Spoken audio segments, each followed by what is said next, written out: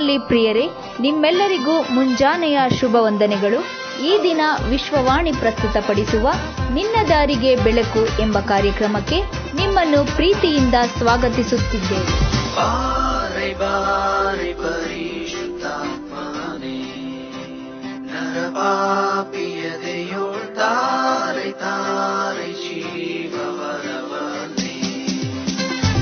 ಬಾರೆ ಬಾರೆ ಪರಿಶುದ್ಧಾತ್ಮನೇ, ನರಪಾಪಿಯದೆಯೋಳ್ ತಾರೆ ತಾರೆ ಜೀವವರವನೇ.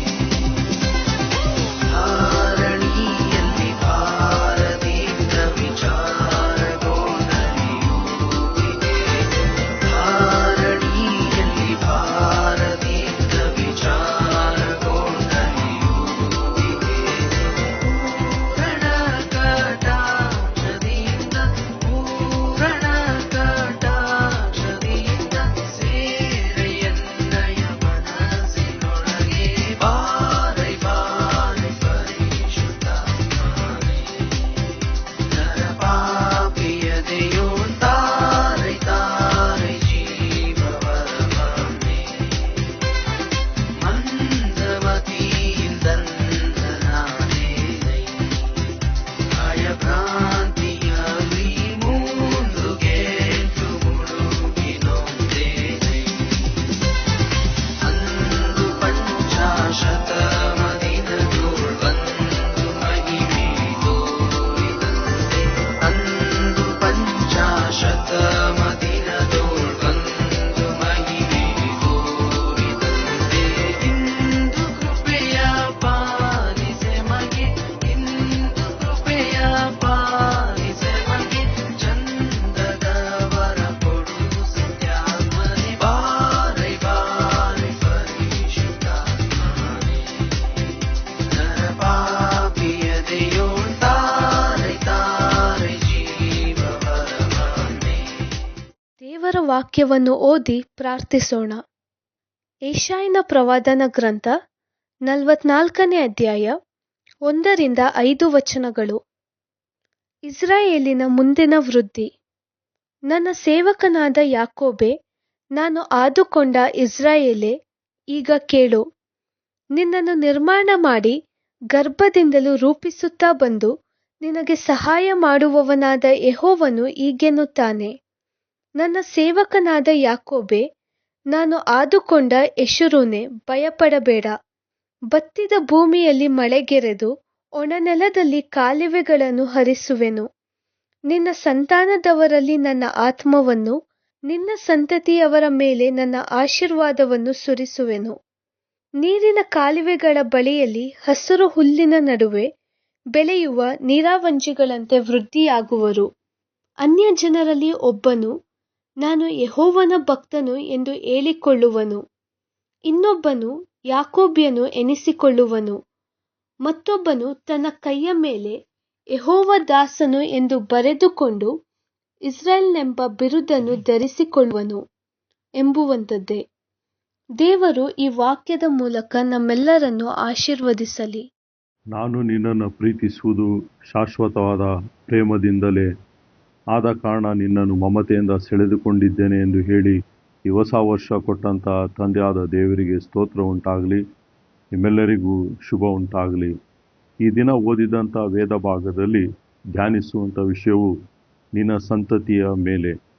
ಯೆಶಾಯ 43ರ ತೀರ್ಪಿನ ಎಚ್ಚರಿಕೆಯೊಂದಿಗೆ ಕೊನೆಗೊಂಡರೂ ದೇವರ ಭರವಸೆ ಮತ್ತು ಪುನರ್ಸ್ಥಾಪನೆಯ ಭರವಸೆಯನ್ನು ಹಿಂತಿರುಗಿಸುತ್ತಾನೆ ಎಂದರ್ಥದಲ್ಲಿ ಇಸ್ರಾಯೇಲರು ಇನ್ನೂ ಯೆಹೋವನ ಕಡೆಗೆ ತಿರುಗಿದರೆ ಆತನ ಒಳ್ಳೆತನವನ್ನು ತಿಳಿದುಕೊಳ್ಳಬಹುದು.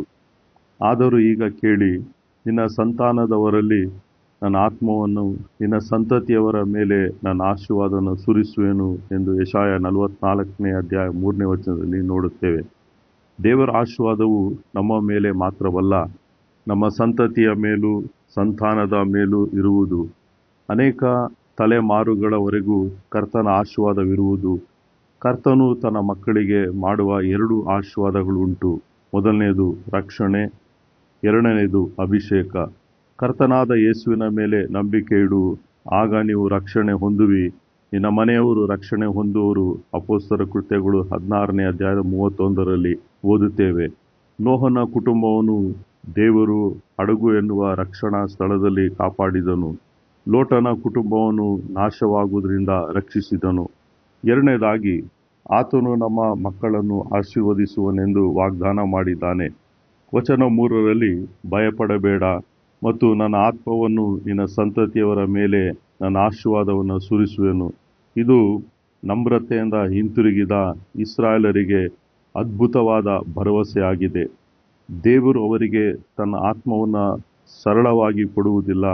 ಅವರ ಮೇಲೆ ನೀರು ಸುರಿಸಿದಂತೆ ಆತನ ಆತ್ಮವನ್ನು ಅವರ ಮೇಲೆ ಸುರಿಸುತ್ತಾನೆ. ದೇವರ ಆತ್ಮವಿಲ್ಲದೆ ನಾವು ಏನನ್ನೂ ಮಾಡಲು ಸಾಧ್ಯವಿಲ್ಲ.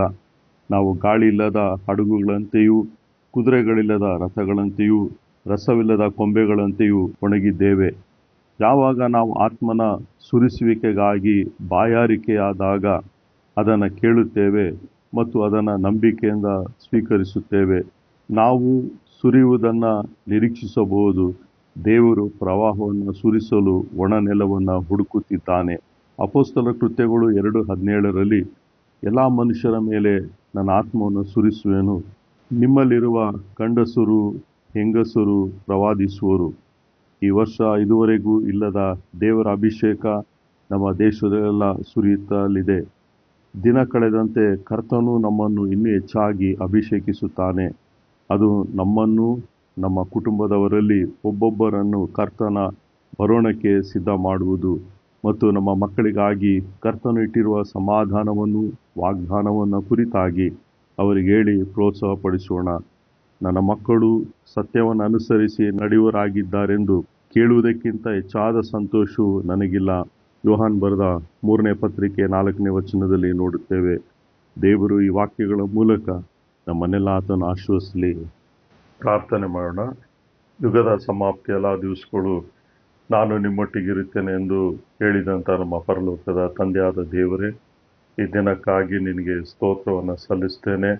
ಕಳೆದ ವರ್ಷ ಮತ್ತು ಕಳೆದ ಎಲ್ಲ ದಿನಗಳು ನಮ್ಮನ್ನೆಲ್ಲ ನಿನ್ನ ಪರಲೋಕದ ಎಲ್ಲ ಮೇಲಾದಂಥ ಆಶೀರ್ವಾದಗಳಿಂದ ಆಶೀರ್ವದಿಸೋದಕ್ಕಾಗಿ ನಿನಗೆ ಸ್ತೋತ್ರ.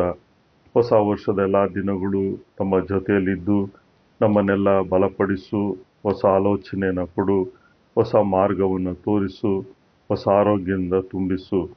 ಎಲ್ಲರ ಜೀವಿತದಲ್ಲಿ ನಿನ್ನ ಚಿತ್ತವು ಅನುದಿನವೂ ನೆರವೇರಲಿ.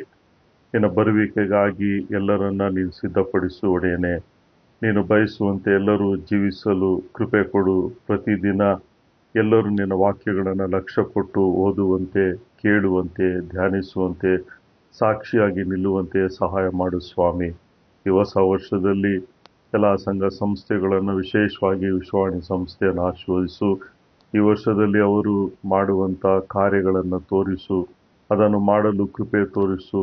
ಎಲ್ಲ ನಾಯಕರನ್ನು, ಸೇವಕರನ್ನು ನೂತನವಾದಂಥ ಆಶೀರ್ವಾದದಿಂದ ತುಂಬಿಸು.